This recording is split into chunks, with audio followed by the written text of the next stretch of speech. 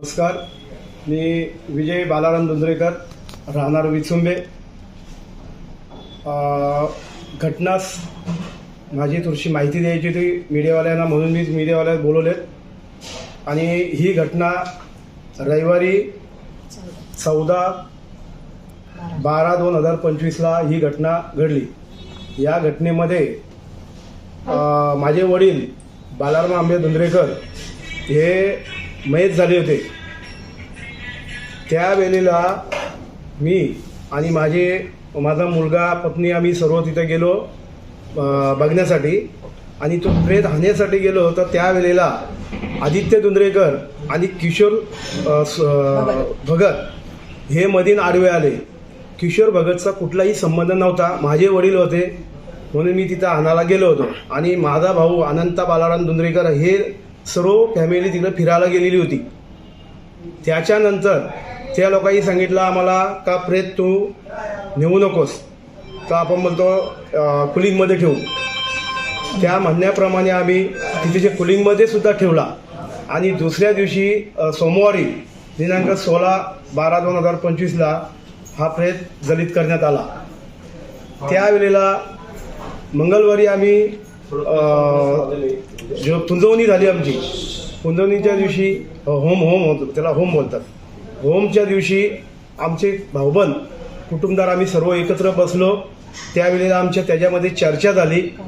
तेराव्याचा कार्यक्रम कसा करायचा, कोण कसा खर्च करायचा, हे असा आमचा विषय भावकीमध्ये जमला. तर भावकीने सांगितलं जे काही खर्च वडिलांचा आहे 13व्याचा काय होईल तो दोघांनी मिळून खर्च करायचा, हा त्यांनी मुद्दा मांडला. तर आम्ही दोघांनी 15,000 रुपये काढले सुद्धा. त्याच्यानंतर संध्याकाळी आम्ही 13व्याचा विषय जो घेतला भावकीने, का तिखट जेवणाचा विषय, म्हणजे शुक्रवारी 13 दिवशी करायचा आणि रविवारी तिखट जेवण करायचा, हाच विषय मधून ताणाताण झाला. त्याच्यानंतर आमचा काय झाला आहे का त्याची मुलगी सोनू, ममता तिला बोलतात ममता भगत, हिने आम्हाला म्हणजे भावकीमध्ये बोलायला लागले का आम्ही मुली आम्ही गोड जेवण आम्ही करू आम्ही. तर आमची बहीण काय बोलली सुनीता पाटील का तुमचा तुम्ही करा, आमचा आम्ही करतो. त्याच्यावरून ती चिडचिड चालू झाली. माझा मुलगा विनय दुंद्रेकर काय बोलला, आता विषय आपल्यात झालाय ना तर चिडचिड करू नका. तर तो चिडचिडच्या विषयावर आदित्य दुंद्रेकरनी डायरेक्ट धमकी दिली मारायला. डायरेक्ट त्यांनी दांडू घेऊन धराधर उपट्या घातल्या डोक्यावर. आणि हा डोक्यावर घातलेला उपटा हे बघा, हे मारलेला पुरावा आहे. मी तिथून तसंच पोलीस स्टेशनला आम्ही गेलो. पोलीस स्टेशनवरून आम्ही 2 वाजता, पावणे 2 वाजता आम्ही पोलीस स्टेशनला गेलो. पोलीस स्टेशनला जवळजवळ आम्हाला 7:30 वाजवले. आम्हाला FIR 2 ते 3 तासामध्ये व्हायला पाहिजे होती, ते 5:30 वाजता मला FIR तयार केली ती. आणि माझ्या हातात दिली ती 7:30 वाजता दिली. नियमाने 2 ते 3 तासामध्ये जी FIR तयार जी करायची होती ती मला दिली नाही. पोलीस प्रशासनाने कुठलाही सहकार्य केले नाही. आणि जे 4 आरोपी आहेत ते अजूनपर्यंत खुले आम फिरतात. अजूनपर्यंत माझ्या घराला, कुटुंबदाराला मारण्याची धमकी देतात. मला सुद्धा बोलली पोरेचा कार्यक्रम केलाय, आता तुझाच बाकी आहे, तुझा पण कार्यक्रम केल्याशिवाय राहणार नाही, अशी मला धमकी दिली. मी प्रेसचा एक दैनिक योग आधारचा कोकण विभाग संपादक आहे. मला सुद्धा त्या प्रेसवाले तिथे धमकी दिलेली आहे आणि त्या उल्लेख FIR मध्ये पण केलाय. तरी सुद्धा पोलिसांनी कुठलीही ऍक्शन न घेता आरोपीला खुला सोडलाय. आता आम्हाला सुद्धा मारायची त्यांनी धमक्या देत आहे अजूनपर्यंत. आणि याच्यामुळं आम्हाला पूर्णपणे कुटुंबाला माझा पूर्णपणे धोका आहे यांच्यापासून. म्हणून याची जबाबदार हे पोलीस स्टेशन राहणार आहेत जबाबदार. आम्हाला ACP DCPला आम्ही अर्ज दिलेले आहेत. आम्हाला खात्री आहे का ACP DCP यांच्यावर कारवाई करावी एवढीच आम्ही विनंती करतोय.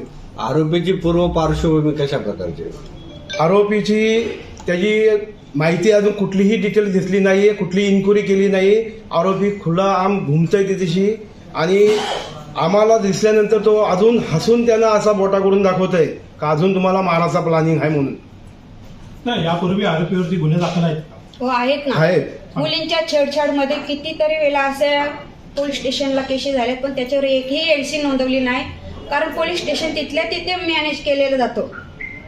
त्याला काही राजकीय पाठिंबा आहे का गावकऱ्यांचा वगैरे काही? असं असू नसते का शकतं. आपण कोणाचं नाव नाही घेऊ शकत. कोणाचा तरी सपोर्ट असल्याशिवाय एवढे गुन्हे त्याचे लपवले गेले जात नाहीत. पोलीस प्रोटेक्शन आम्हाला कुठलाही मिळत नाही, कारण हे लोकांना विकले गेले जातात. मग हा जो मारहाण झालेली ती किरकोळ वादावरनं झाली का काही तुमची आधी पूर्व वैमनस्य? किरकोळ घरच्या घरी नॉर्मल विषयावरून झालेला आहे. आणि त्याने प्रेत आणताना यांना धमकी दिली होती. आज प्रेतने 13 झाले 14 दिवशी तुझा कार्यक्रम करतो, आणि आम्ही का त्या भावनेत नव्हतो. पण त्याने अचानक हा प्लॅनिंग करून डाव केलेला आहे. आणि त्याला सपोर्ट केलेला आहे किशोर भगत, सचिन पाटील अनंत दुंद्रेकर आणि त्याचे वडील. तुमची आता मागणी काय आहे? आमची मागणी एकच, आम्हाला पोलीस प्रोटेक्शन मिळालं नाही. आम्हाला त्याही सहकार्य करावा. एसीपी डीसीपी या लोकांनी सहकार्य करावा एवढीच विनंती. आम्हाला न्याय मिळवून द्यावा. आणि माझा मुलगा कुठल्याही छेडछाडमध्ये नाही, कुठल्या कुणाच्या उठण्या बसण्यात नाही, कुणाच्या भानगरीमध्ये नाही. अशा लोकांना न्याय जर मिळाला नाही तर तुम्ही गुंडांना न्याय देता?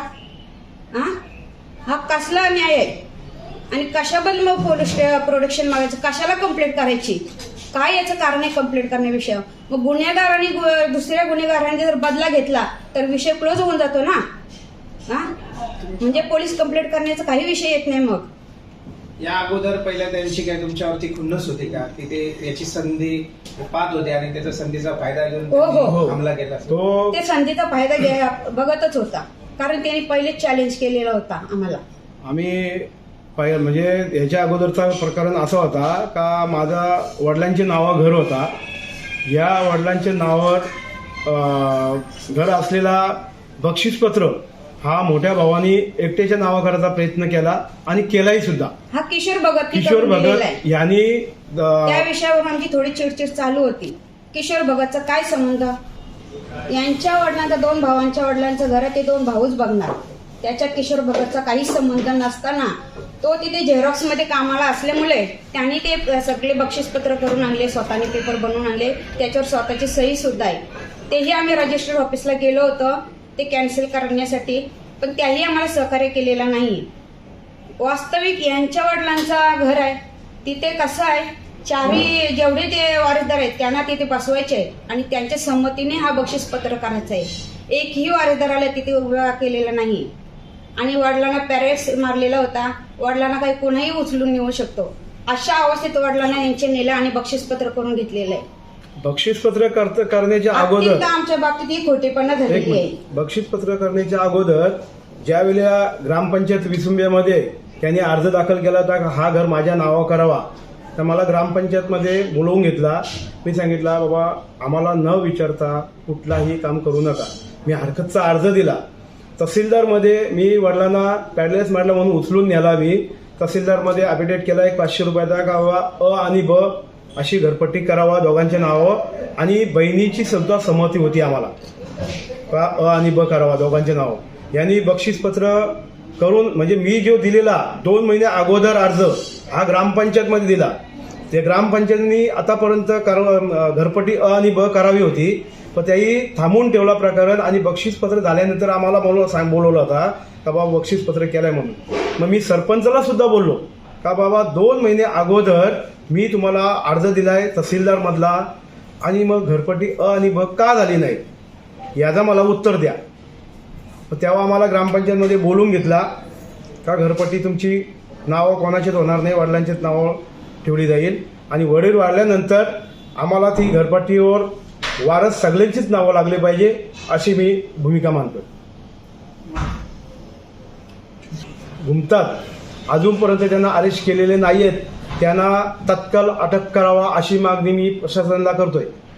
पोलीस एसीपी डीसीपी साहेबांना हा मी पूर्णपणे ऑनलाईन केलेले आहेत. हे पुढची कारवाई करावी.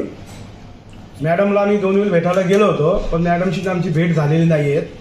आणि ज्यांच्याकडे केस आहे ते काय सांगितलं तुम्ही मॅडमला भेटा. मॅडमशी आमची संपर्क म्हणजे भेटच नाही झाली ॲक्च्युली. त्याच्यामुळं आम्ही पुढं नंतर मग गेलोच नाही, कारण हा प्रकरण घडल्याबरोबर आम्ही आमच्या टेन्शनमध्ये आम्ही घरीच राहिलो. मी गेलोच नाही. उपजिल्ह्यामध्ये आम्ही मुलाला नेला. त्यावेळेला डॉक्टरनी पूर्ण रक्त साफ केला आणि त्याला मेजर टेप लावली. 3.5 इंचाची जखम असताना सुद्धा डॉक्टरने सांगला टाके मारायची गरज नाही, नॉर्मल जखम आहे आणि रिपोर्टही नॉर्मल दिला. याचा अर्थ डॉक्टरही त्यांना मॅनेज झालेले आहे. म्हणजे आजकाल सत्तेला न्याय मिळत नाही, फक्त पैसा टाकेल त्यालाच न्याय आहे. याच्यावर काहीतरी ते ऍक्शन घ्यावी आणि सत्तेला न्याय मिळावा. प्रायव्हेट हॉस्पिटलमध्ये जाऊन चेक केलं, तिथे डॉक्टर बोलायला की आम्हाला 4 ते 5 टाके लागायलाच पाहिजे होते, पण ते टाके मारले नाहीत तुम्ही, ते लावून घ्यायलाच पाहिजे होते. आणि आरोपी एवढं झालं, पोलीस स्टेशनला आम्ही जाऊन तक्रार घरी केली. फिरतो आरोपी. तक्रार केल्यानंतर सुद्धाही आरोपी आमच्या पोलीस स्टेशनजवळ येऊन माझ्या मित्र जे माझ्यासाठी आले होते जाऊन त्यांना सुद्धा धमकी देऊन गेलाय का तुम्ही जेवढे मदतीला आलेत तेवढं प्रत्येकाचा काटा काढला जाईल.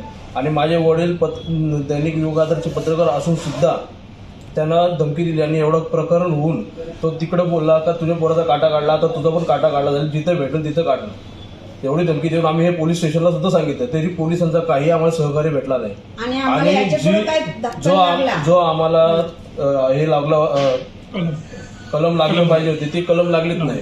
जो मला माझा म्हणणं रक्त निघला, एवढं टाके लागले होते ते टाके तर लावलेच नाही, पण कलम लावायला पाहिजे. गंभीर 307 गंभीर गंभीर ते तर लावलेच नाही, नॉर्मल कलम लावून दिलंय.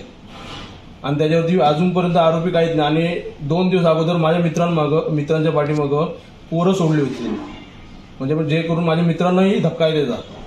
जर याच्या पुढे जर माझ्या फॅमिलीचा आणि माझ्या मित्रांचा जर बरा वाईट काय झाला तर पूर्ण पोलीस प्रोटेक्शन जबाबदार खांदेश्वर पोलीस स्टेशन हा राहणार. कारण खांदेश्वर पोलिसही आम्हाला काही सहकार्य केलं नाही. आरोपी अजून सुद्धा फिरतोय, अजून सुद्धा माझ्या मित्रांना येऊन धमकी देतोय. 4 आरोपीमधून एकही आरोपी एकही आरोपी उचलला नाही. उचललेला नाही.